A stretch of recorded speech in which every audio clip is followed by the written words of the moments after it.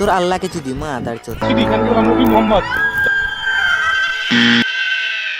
নবী মোহাম্মদ তোর মায়ের যদি খানকে বেলা নবী মোহাম্মদ তোর মা আমিনার যদি মাই আছে না মা ফাতমা বাজান, আমি একটা সময় ভাবতাম মানুষ সৃষ্টির সেরা জীব, মানুষের ধারা একটু একটু ভুল হইতে পারে স্বাভাবিক, কিন্তু এখন দেখি মানুষ কেবল সৃষ্টির সেরা জীবই নয়, এই মানুষগুলো মাদারচোত হয়।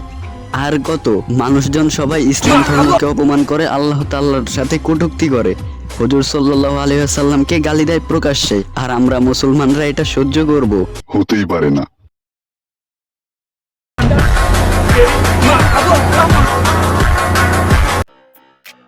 হোয়াটসঅ্যাপ লোকজন দিস ইজ আপন চারদিকে নোংরামি কারসাজির মায়ের বাপ টাপাটাপ করে দিয়া আপনাকে সবারে জানাই পবিত্র মাহে রমজানের শুভেচ্ছা। আল্লাহ তাআলা আমাদের এই পবিত্র রমজান মাসে সব রকমের গুনাহ থেকে দূরে থাকার এবং আল্লাহ তাআলার হুকুম পালন করার তৌফিক দান করে। ইদানিং বাজান চ্যানেলটা পুরোপুরি ডাউন, এই জন্য আপনাদের সাপোর্টটা প্রয়োজন। আর বাজান কখনো ভাবিও নাই পবিত্র রমজান মাসেও এরকম একটা নাস্তিককে নিয়ে ভিডিও করতে হবে।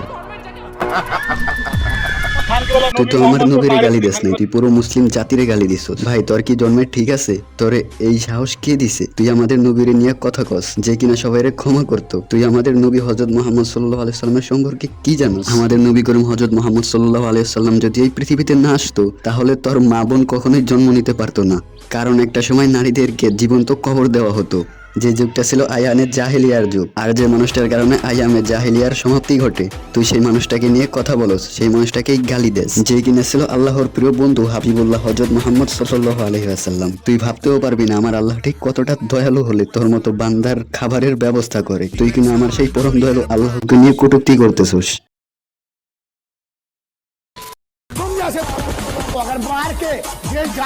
আমার আল্লাহ কতটা মহান তোর মতো জানোয়ার যদি জানতো, আমার আল্লাহর কাছে কোটিবার তওবা করত। পবিত্র কোরআন শরীফের সূরা ইমরানের 129 নম্বর আয়াতে আল্লাহ তাআলা বলেন, তিনি যাকে ইচ্ছা ক্ষমা করেন এবং যাকে ইচ্ছা শাস্তি দান করেন। আল্লাহ ক্ষমতাশীল ও পরম দয়ালু। আগে আমাদের কোরআন পবিত্র গ্রন্থ পড়ে আয়, তারপর আমাদের ইসলাম এবং আল্লাহ তাআলা এবং আমাদের প্রিয় রাসূল হযরত মুহাম্মদ সাল্লাল্লাহু আলাইহি ওয়াসাল্লামের ব্যাপারে কথা বলতে আসিস।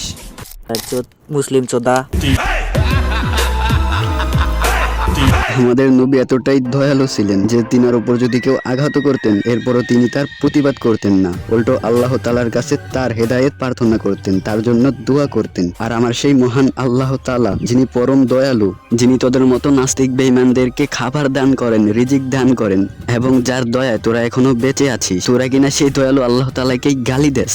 বিশ্বাস কর, এই মাসটা যদি রমজান মাস না হতো, তাহলে যে তোদেরকে কি করতাম আমি আপন নিজেও জানি না। রমজান মাসের উসিলায় তোদেরকে কিছু বললাম না, এখনো সময় আছে, ভালো হয়ে যা। আল্লাহ তোদের মতো বুদ্ধিহীনদেরকে হেদায়েত দান করুন। আর রমজান মাসে গালি দিলাম না, বাট শেষমেশ তোর মা বাবারে একটা কথাই বলতে চাই, আন্টি আঙ্কেল যদি ওই দিনকে গাড়ি চালানোর সময় হেলমেট ইউজ করতেন, হয়তোবা এদের মতো নাস্তিক আর পৃথিবীতে আসতে পারতো না। আর ইসলামকে গালি দিলে কেউ কখনো কোনো প্রকার ছাড় পাবে না ইনশাআল্লাহ।